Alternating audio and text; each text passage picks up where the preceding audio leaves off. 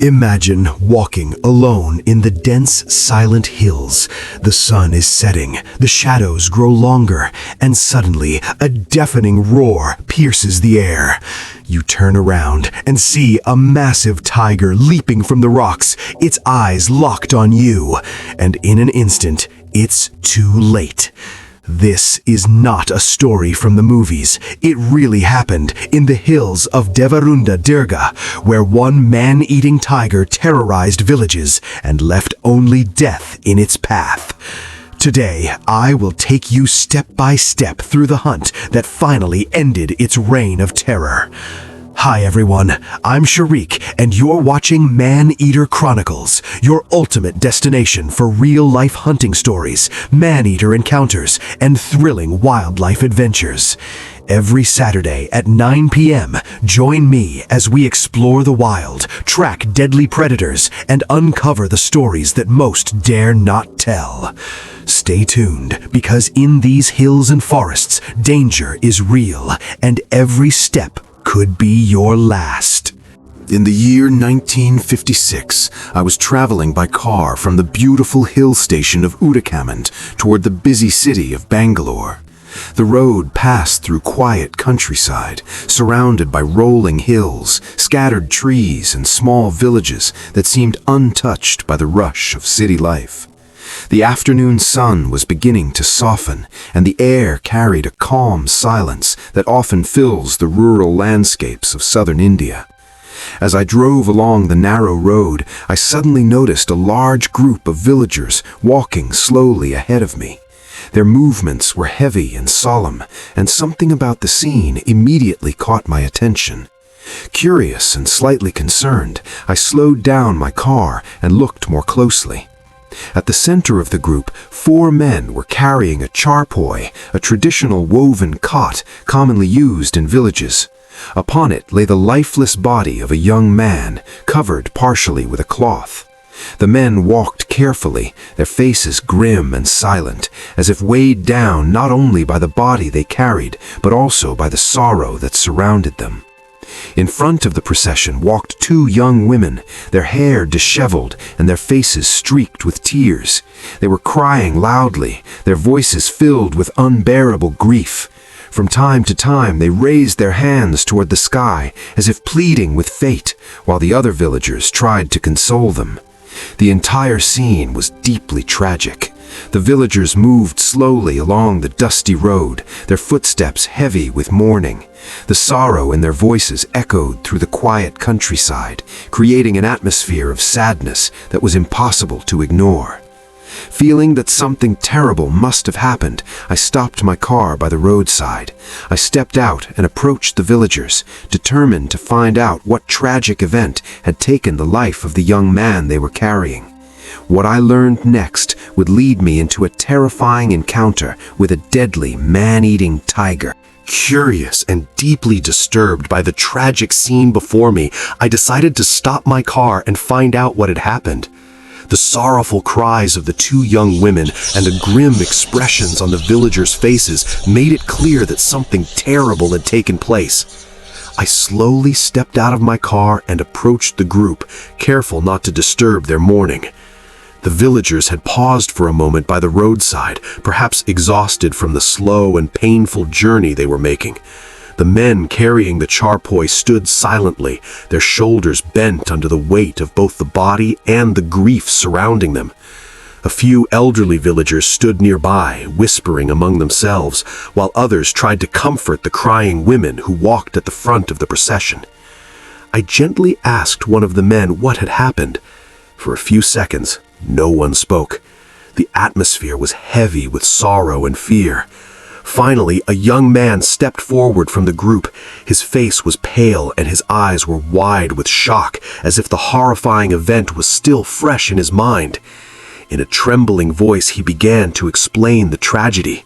He told me that not far from that very road, in the rocky hills of Devarunda Durga, a terrifying man-eating tiger had attacked and killed a man from their village.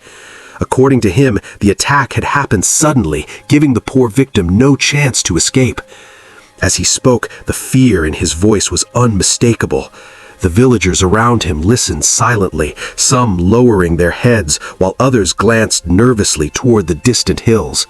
It was clear that the tiger had spread terror throughout the entire region. The young man pointed toward the rugged hills visible in the distance and said that the tiger had been seen roaming that area for some time.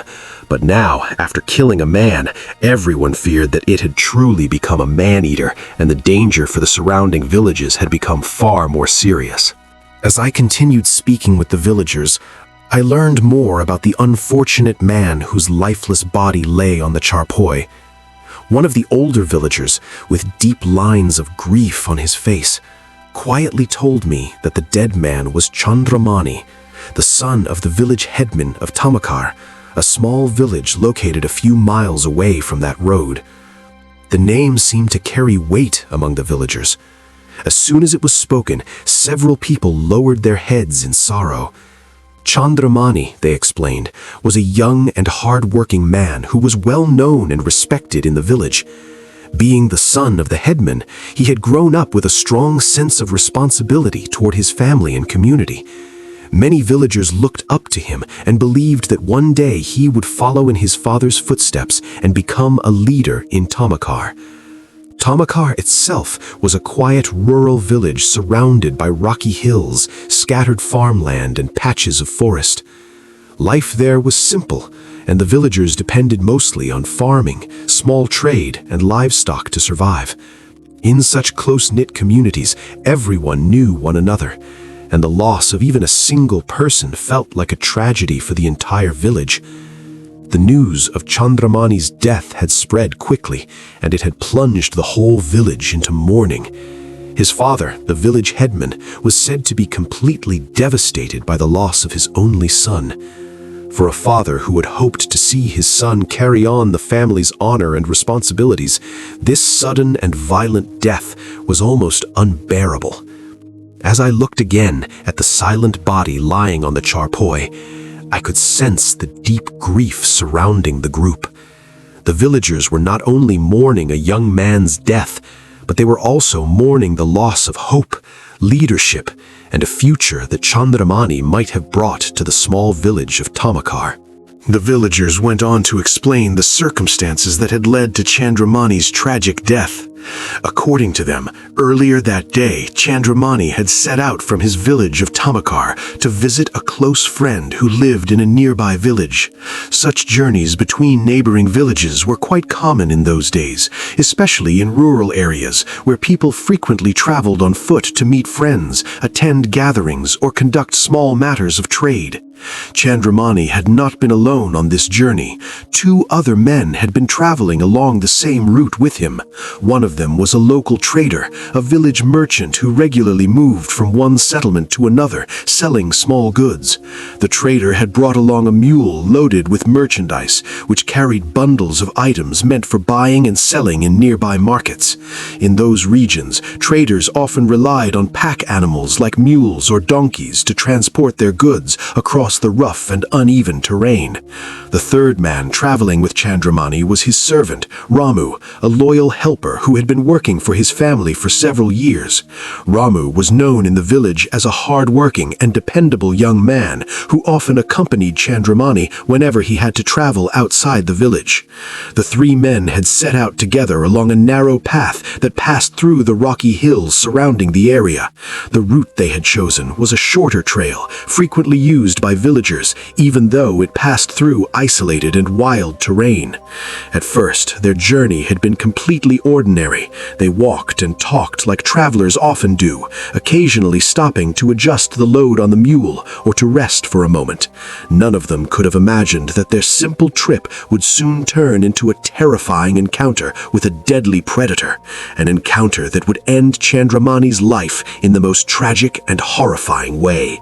Instead of following the longer main road that connected the nearby villages, Chandramani and his two companions decided to take a shorter footpath that passed through the rugged hills of Devarunda Durga.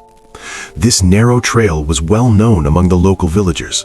Although it was not a proper road, many people used it regularly because it reduced the traveling distance by several miles. For villagers who often walked long distances on foot, saving time and energy was an important advantage. The path itself was rough and uneven. It wound its way through the rocky slopes and dry hills that surrounded the region. Large stones and jagged rocks lay scattered along the ground, forcing travelers to watch their steps carefully as they moved forward. In some places, the trail became so narrow that only one person could pass at a time. The hills of Devarunda Durga were not covered with thick forest, but they were still wild and desolate. The landscape was dotted with scattered thorny bushes, patches of dry grass, and clusters of small trees that struggled to grow in the rocky soil. Here and there, tall rocky outcrops rose from the ground like silent guardians of the hills. Another striking feature of the area was the presence of dark caves and crevices hidden among the rocks. These caves were formed naturally over many years by wind, rain, and the shifting of the earth. For wild animals, such places provided perfect shelter and hiding spots. Despite the wild surroundings, villagers had grown accustomed to using this route over the years. Most people believed that traveling in small groups during the daytime was safe enough. On that particular day, Chandramani and his companions also believed their journey would pass without incident. However, the lonely hills, the scattered bushes, and the hidden caves created the perfect environment for a predator to remain unseen. Unknown to the three travelers, a deadly tiger was somewhere nearby, silently watching the trail and waiting for the perfect moment to strike. As the three men continued their journey along the narrow and rocky path, the atmosphere around them was quiet and still. The afternoon sun hung low over the hills, casting long shadows across the scattered bushes and uneven ground. Chandramani walked ahead, while the trader guided his mule carefully over the rough stones, and Ramu followed a few steps behind. Their conversation was light and casual, just like that of any travelers passing time during a long walk. Suddenly, the silence of the hills was shattered by a deep, terrifying roar that echoed through the rocky landscape. The sound seemed to come from behind a nearby hill, and it was so loud and sudden that all three men froze in shock. The mule stopped instantly, its ears raised in alarm, sensing danger even before the men could fully understand what was happening. For a brief moment, the men looked around in confusion, trying to determine where the sound had come from. But before any of them could react or think of running, the danger was already upon them. From the left side of the hill, a massive tiger suddenly appeared. With incredible speed and power, it leapt forward in a single bound, covering the distance between itself and the travelers in an instant. The attack was so sudden and swift that Chandramani had no chance to defend himself or escape. The tiger struck him with brutal force and clamped its powerful jaws around his neck. Chandramani let out a brief cry, but the sound was quickly silenced as the tiger's grip tightened. The strength of the animal was overwhelming, and within seconds it had brought him to the ground. The entire attack had happened so quickly that it felt almost unreal. What had been an ordinary journey only moments earlier had suddenly turned into a horrifying struggle between man and beast, leaving Chandramani completely helpless against the savage power of the tiger. The sudden and brutal attack of the tiger left the two remaining men completely stunned. For a brief moment, both the trader and Ramu stood frozen in fear, unable to fully comprehend what had just happened before their eyes. Only seconds earlier, they had been walking peacefully along the narrow path, talking casually and guiding the mule through the rocky terrain. Now, the terrifying sight of a massive tiger overpowering Chandramani had turned their simple journey into a nightmare. The tiger's roar echoed through the hills as it dragged Chandramani to the ground.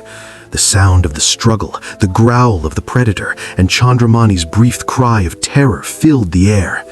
The mule, frightened by the sudden violence, snorted loudly and tried to pull away from the path. Overcome with sheer panic, the trader realized that there was nothing he could do to save Chandramani from the tiger's powerful grip. The instinct to survive took control of him. Without stopping to think, he turned and began running as fast as he could in the opposite direction, abandoning his mule and everything he carried. At almost the same moment, Ramu also broke into a desperate run. Terrified beyond measure, he rushed off in another direction, stumbling over stones and bushes as he tried to escape from the deadly predator. His heart pounded violently in his chest, and his only thought was to get as far away from the tiger as possible.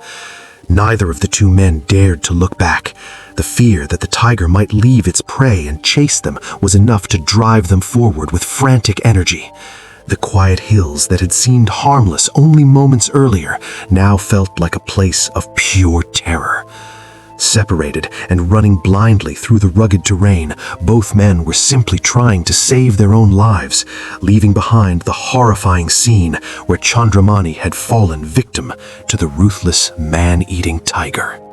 After the horrifying attack, the hills once again fell into an uneasy silence. The terrified mule, which had been carrying the trader's goods, had broken free in panic and fled along the path. Driven by fear and confusion, the animal ran wildly through the rocky trail until it finally made its way back to Tamakar village. When the mule arrived at the village without its owner, the villagers immediately sensed that something was terribly wrong. In rural areas, pack animals rarely returned alone unless some serious accident had taken place. The mule's frightened condition made the situation even more alarming. Its sides were heaving from exhaustion, and the load of goods still hung from its back, swaying as it moved. The trader soon reached the village as well, breathless and trembling with fear. His clothes were dusty, and his face was pale with shock.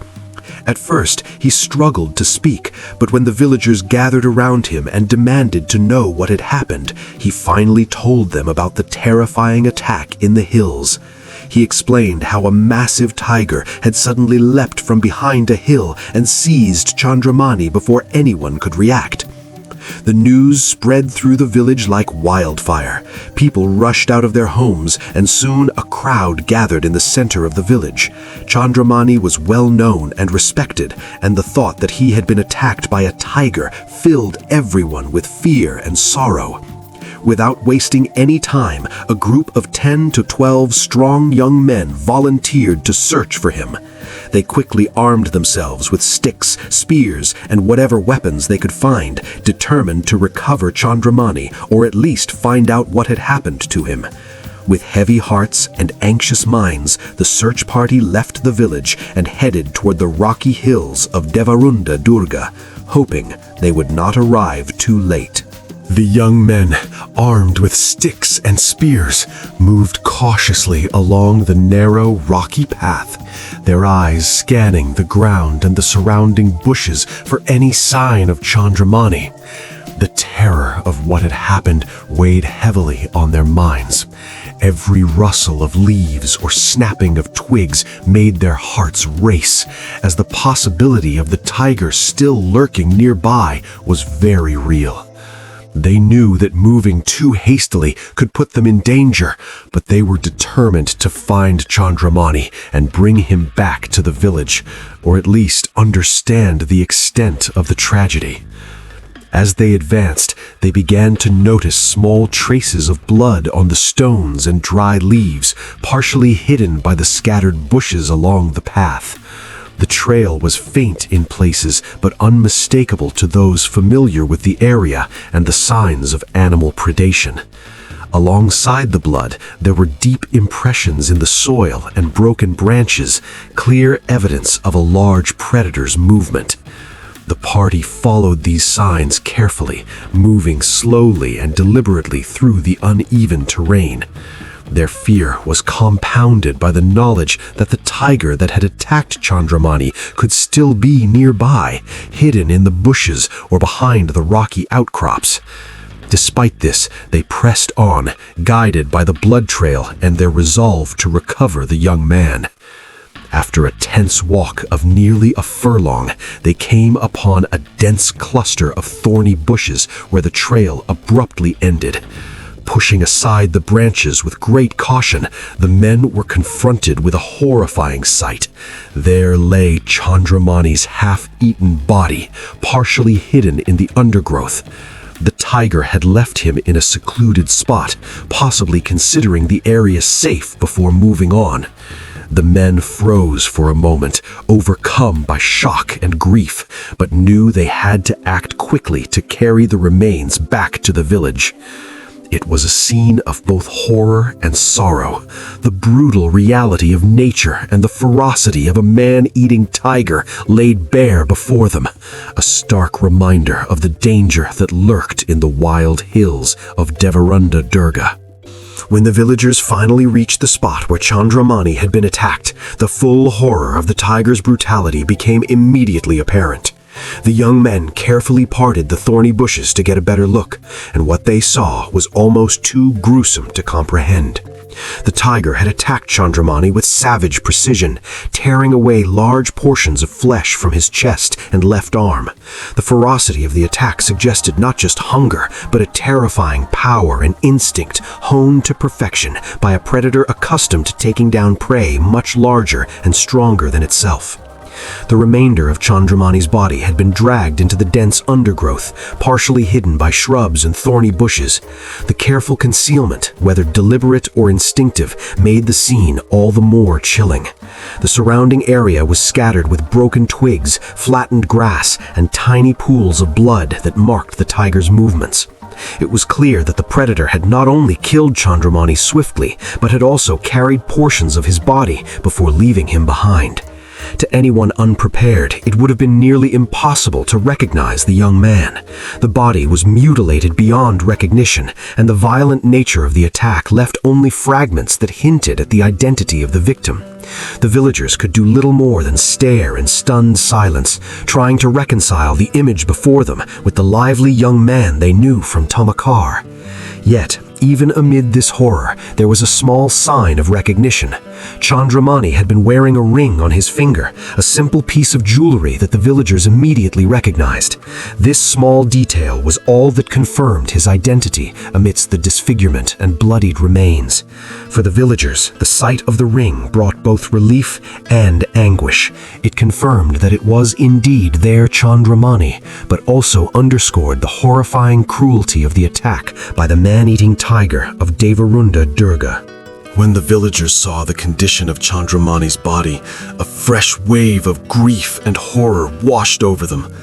The tiger had left his body partially mutilated, and while they were able to recognize him by the ring on his finger, there was one detail that made the situation almost unbearable. The head was missing. This gruesome reality struck the villagers with a mixture of shock, fear, and deep sorrow. In their culture, performing proper funeral rites was of utmost importance. The absence of Chandramani's head meant that the traditional rituals, which were essential to honor the dead and allow the soul to rest in peace, could not be carried out fully. For a community like Tamakar, which was tightly knit and deeply rooted in tradition, the loss of a family member was already a heavy burden. But to have the body incomplete, severed and mutilated, added a level of anguish that few could bear. Chandramani had been the only son of the village headman, and his father, already overwhelmed with grief, could hardly comprehend the cruelty of fate. The mother, sisters, and other family members were inconsolable. Their cries filled the surrounding hills, echoing across the rocky slopes and dense undergrowth, a haunting reminder of the tragedy that had unfolded. The villagers tried to gather themselves to transport the body back to the village. Each person felt the weight of both sorrow and fear. There was a shared understanding among them that the tiger which had caused this destruction was still out there in the hills, unseen but lethal, a constant threat to anyone venturing into its domain. The villagers' hearts were heavy, not only with grief for Chandramani, but also with anxiety for the safety of their own families. Even amidst the horror, there was a sense of urgency. They had to recover the body and find a way to conduct the funeral as respectfully as possible, even without the head. This absence added an unbearable, haunting dimension to the tragedy, a stark reminder of the savage power of the man-eating tiger of Devarunda Durga. As the villagers struggled to come to terms with the horror of Chandramani's death, their grief soon turned into a burning desire for justice and revenge. The sight of the mutilated body, torn apart by a tiger, had left them shaken to the core. Families and friends huddled together, their faces etched with sorrow, fear, and helplessness. They could not understand how such a powerful predator had attacked one of their own, and the thought that the tiger was still roaming freely in the hills filled them with dread. It was at this tense moment that they noticed me, standing nearby, with my rifle slung across my shoulder. Perhaps it was my calm presence, or the simple fact that I was armed, that gave them a glimmer of hope. One by one, they approached me, their eyes wide with pleading. They spoke in hurried, broken sentences, their voices shaking with emotion, imploring me to take action. Their words were simple, but filled with urgency. You must avenge Chandramani. You must stop this tiger before it kills again. The villagers explained that the tiger had already killed one man, and that more lives could be lost if it was not confronted. They told me about the remote paths, the dense bushes, and the rocky hills where the tiger had been sighted. Every word they spoke was laced with fear, respect, and hope. Fear for their safety, respect for my skills and weapons, and hope that I could do what they could not. As they spoke, I could see the raw grief in their faces, especially Chandramani's father and sisters. They were desperate for some measure of justice, for the knowledge that the tiger would not claim any more victims. With hands folded and voices trembling, they begged me to hunt the man-eater, to track it through the hills, and ensure that it would never terrorize their villages again. At that moment, I understood the responsibility that had fallen upon me. It was no longer just about the hunt. It was about protecting the community, avenging Chandramani, and confronting the terrifying predator that lurked in the hills of Devarunda Durga. Seeing the villagers' desperate pleas and understanding the gravity of the situation, I agreed to help. The thought of avenging Chandramani's death and ensuring the safety of the surrounding villages weighed heavily on my mind. I knew that confronting a man-eating tiger was no ordinary task. It required careful planning, courage, and a thorough understanding of the terrain where the predator lurked.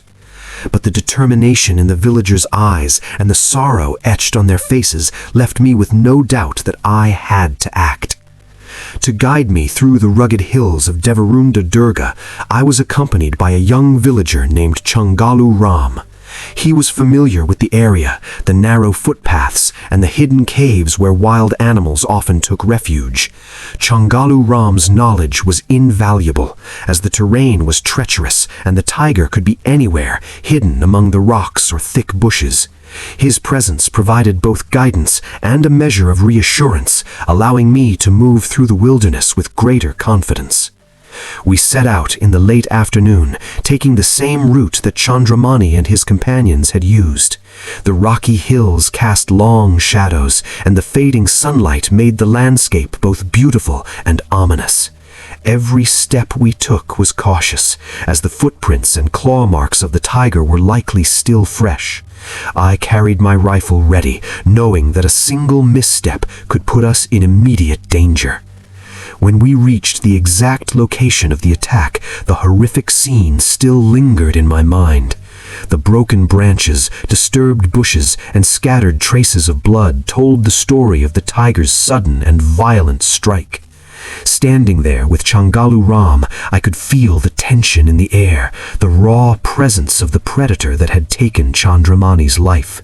It was a moment of grim realization. We were about to face a deadly man-eater, and the hunt would demand both courage and careful strategy. As Changalu Ram and I carefully approached the site where Chandramani had been attacked, the evidence of the struggle was immediately visible. The ground was stained with dark, congealed blood, marking the exact spot where the tiger had launched its deadly assault. Scattered pieces of broken branches and crushed undergrowth bore testimony to the violent struggle that had taken place just hours earlier. The scene was silent now, but it told a grim story of sudden violence and the sheer strength of the predator that had struck without warning. I knelt down to examine the blood-stained ground more closely. The marks were irregular and chaotic, showing where Chandramani had tried to resist the attack. Nearby, the imprints of the tiger's powerful paws were deeply embedded in the soft earth, clearly indicating the force and speed of its movements. The claw marks on rocks and tree roots around the area suggested that the animal had leapt, twisted, and held its prey with terrifying precision. Each mark was a reminder of the raw power of the beast and the danger it posed to anyone who ventured too close. Changalu Ram pointed to the base of a nearby hill and explained that this was where the tiger had made its fatal leap. From this vantage point, it had a clear line of sight and could strike with minimal effort. The height of the hill and the distance of the jump demonstrated not only the animal's agility, but also its predatory instincts. The tiger had clearly chosen the moment with care, catching Chandramani completely off guard as he walked along the narrow path. As we studied the scene, I realized the precision and suddenness of the attack. There had been no warning, no chance for escape.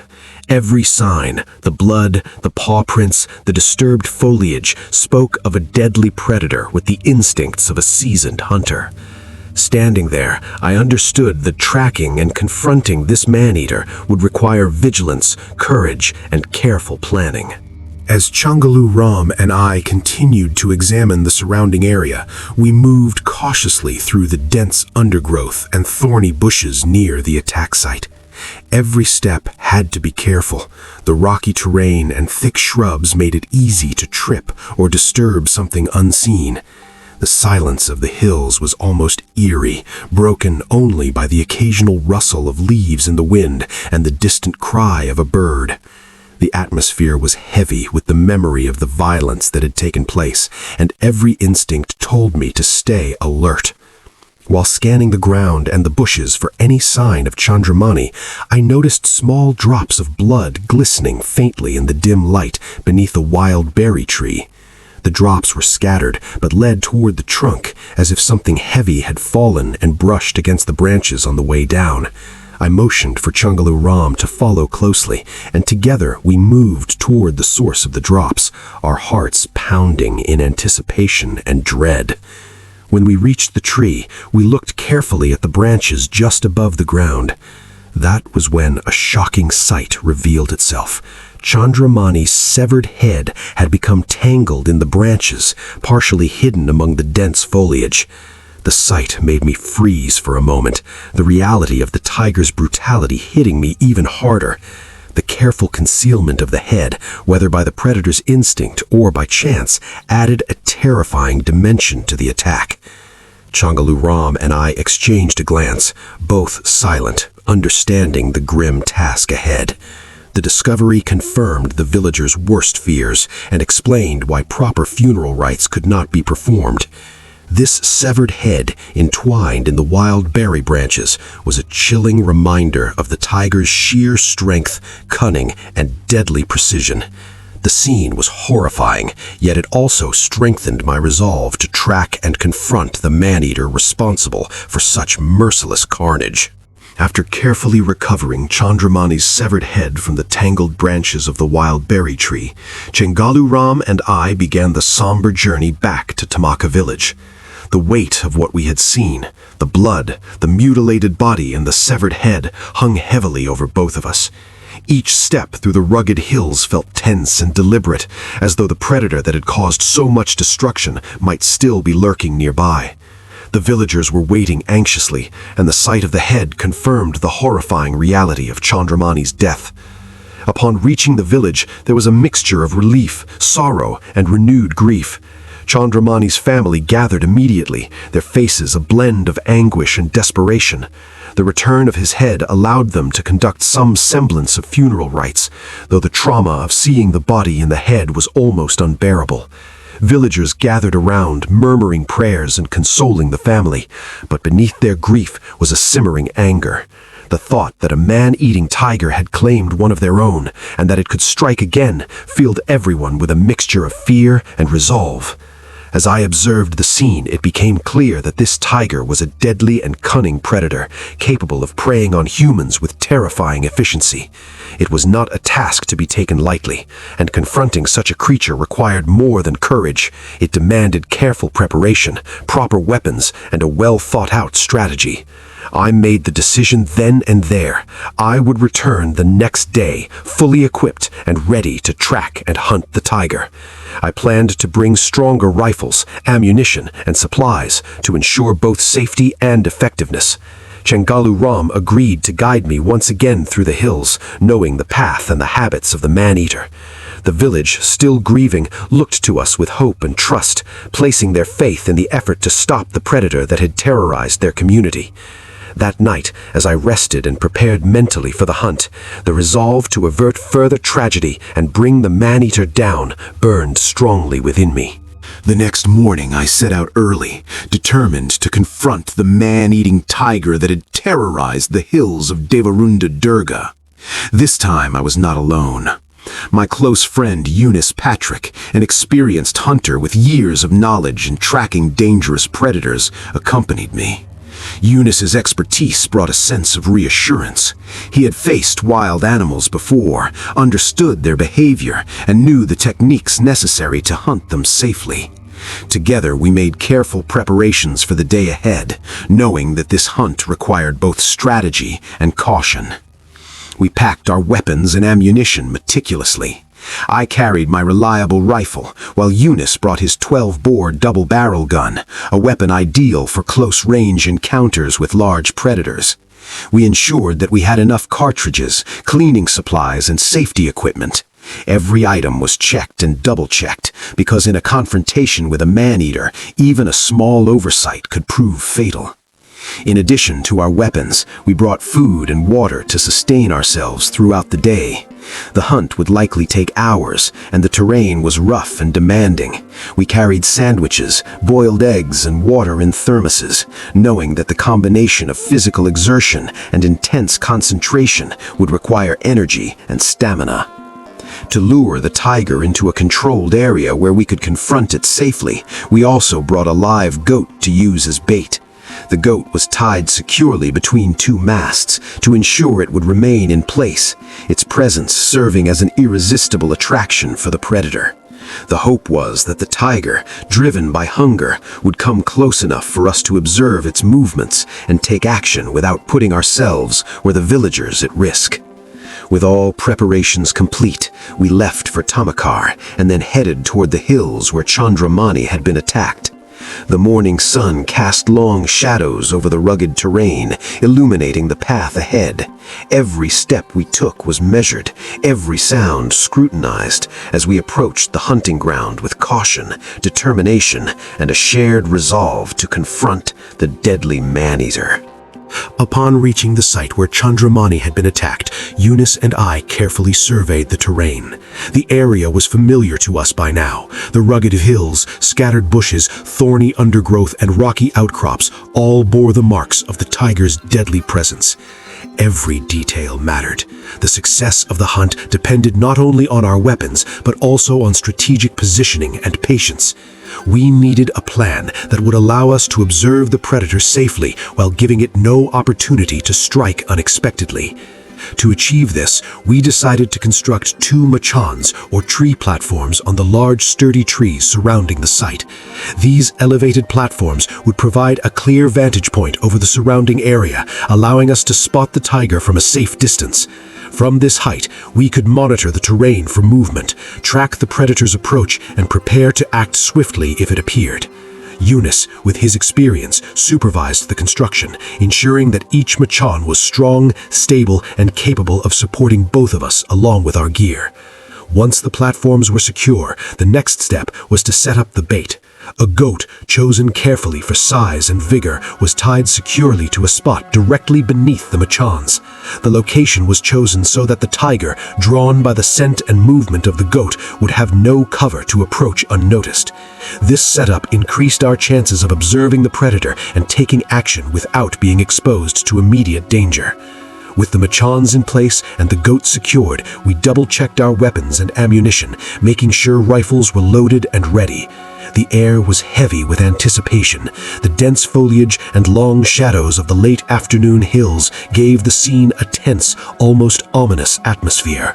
We climbed the machans, settled ourselves cautiously, and kept our eyes on the goat below. Every sound, the rustling of leaves, the distant call of a bird, or the faint crack of a branch, demanded our full attention. We were ready. The man-eating tiger of Devarunda Durga could appear at any moment, and the hunt was about to begin.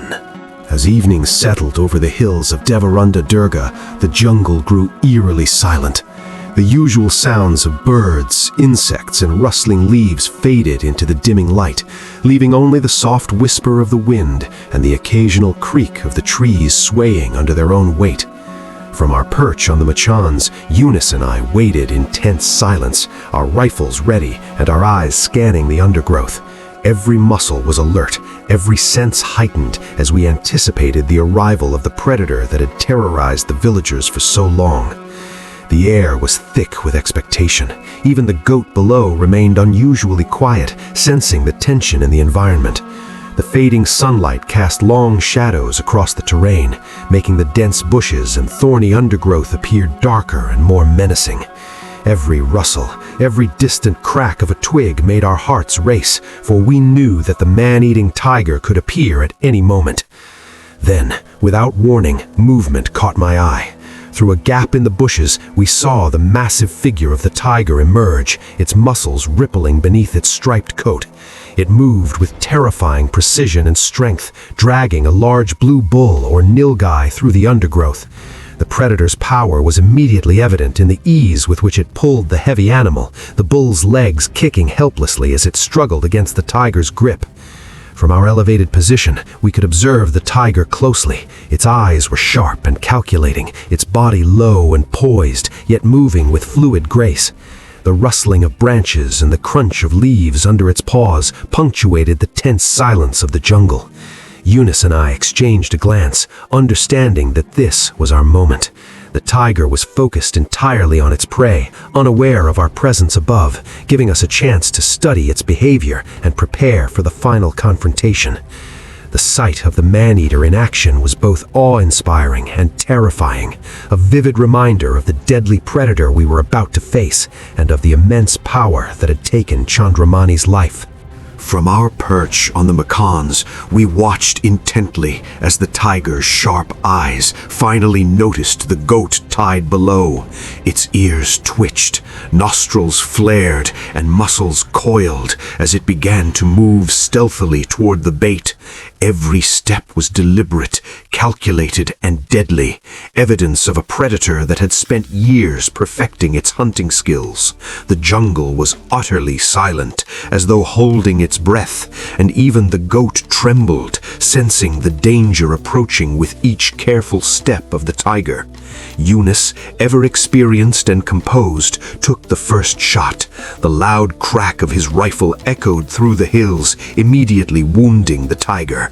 It let out a guttural roar, a mixture of pain and anger, and stumbled slightly. But this was no ordinary tiger. It was a man-eater, cunning and aggressive, and it recovered quickly, its eyes now shifting toward us.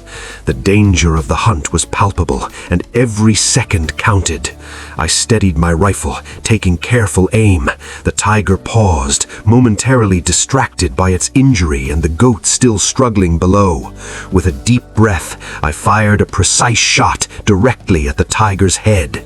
The impact was immediate. The predator staggered, its powerful body convulsing as it struggled to remain standing. I fired again, ensuring the tiger could not recover or strike at the goat or us. Eunice, ever experienced and composed, joined in with additional shots, each carefully aimed to end the threat safely. Finally, after a few last controlled shots, the man-eating tiger collapsed, its massive body hitting the ground with a final resounding thud.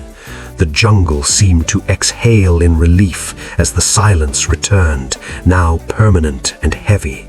For the villagers of Tamakar and nearby communities, the terror that had haunted their nights and threatened their lives for so long had finally ended. The predator that had claimed Chandramani's life and left fear in its wake was no more, and the hills of Devarunda Durga were at last safe again. The man-eating tiger of Devarunda Durga had terrorized villages, claimed an innocent life, and left fear in its wake. But tonight, the hunt is over. With careful strategy, courage, and determination, we finally brought this deadly predator down. Chandramani's family can now mourn properly, and the hills are safe once again. Remember, the wild is beautiful but unpredictable, and every encounter with it is a lesson in respect, patience, and courage. If you enjoyed this story, don't forget to like, share, and subscribe to ManEater Chronicles for more real-life hunting adventures. Join me every Saturday at 9 p.m. as we uncover the untold stories of the wild, the fearless, and the extraordinary. Stay alert, stay curious, and stay ready, because in the wilderness, danger is never far away.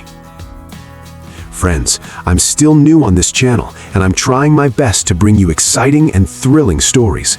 If you enjoy my work, please like this video, subscribe to the channel, and press the bell icon so you never miss any upcoming videos. Your one subscription means a lot to me and motivates me to keep creating better content. Thank you for your support. If you want to witness more real-life hunting stories and man-eater encounters, hit the like button, subscribe to ManEater Chronicles, and turn on the notification bell so you never miss an adventure.